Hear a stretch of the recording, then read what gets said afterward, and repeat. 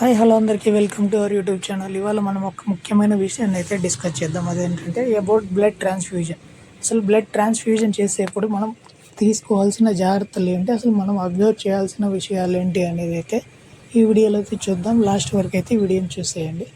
As a అటెండర్గా లేకపోతే patient సపోర్టర్గా మీరు ఎవరైతే ఉంటారో వాళ్ళకు ఉండాల్సిన అవేర్నెస్ ఏంటి అంటే, ఫస్ట్ పాయింట్ వచ్చేసి అసలు బ్లడ్ అనేది క్రాస్ చెక్ చేస్తున్నారా లేదనేది అయితే చెక్ చేసుకోవాలంటే బిఫోర్ హాఫ్ అన్ అవర్ ముందర మన శాంపిల్ని తీసుకొని మనకి ఎక్కించాలనుకుంటున్న బ్లడ్ ఏదైతే ఉంటుందో దాంతో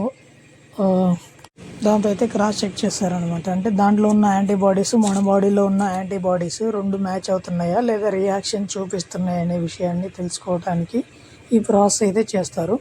అండ్ ద సెకండ్ థింగ్ వచ్చేసి ఆ బ్లడ్ బ్యాగ్ ఏదైతే ఉంటుందో మనకు ఇన్ఫ్యూజ్ చేయాలని తెచ్చి ఉంటారో దాని మీద ఉన్న బ్లడ్ గ్రూప్ అనేది మన బాడీలో ఉన్న బ్లడ్ గ్రూప్కి మ్యాచ్ అయ్యిందా లేదా బై మిస్టేక్గా వేరే బ్లడ్ గ్రూప్ బ్యాగ్ ఏమన్నా తెచ్చారనేది అయితే చెక్ చేసుకోవాలి. అండ్ ద థర్డ్ థింగ్ వచ్చేసి ఎక్స్పైరీ డేట్ ఉందా లేదా ఎక్స్పైర్ అయిపోయిందా అనేది అయితే చెక్ చేసుకోవాలి. క్లియర్గా ఆ బ్లడ్ బ్యాగ్ మీదే మెన్షన్ చేసి ఉంటారు. అండ్ ద ఫోర్త్ థింగ్ ఏంటంటే మనకి ఇచ్చిన ఐవి ఇన్ఫ్యూజన్ సెట్ ఏదైతే ఉంటుందో అదే మామూలుగా యూజ్ చేసేదానికి అక్కడే బ్లడ్ ఎక్కించేటప్పుడు యూజ్ చేసేది రెండు ఖచ్చితంగా డిఫరెంట్గా అయితే ఉండదు. ఎందుకంటే దాంట్లో ఒక ఫిల్టర్ అయితే మనకి ఏర్పాటు చేయడం అయితే జరుగుతుంది.